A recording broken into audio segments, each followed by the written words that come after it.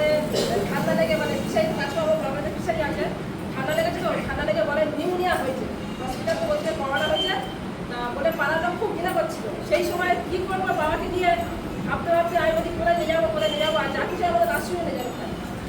তারপরে হচ্ছে এই সাথীটা পেয়েছি হাতে, হসপিটালে নিয়ে গেছি, ডাক্তাররা বলছে করোনা হলে ওটা হচ্ছে নিউমোনিয়া হয়ে গেছে, ঠান্ডায় নিউমোনিয়া হয়ে গেছে।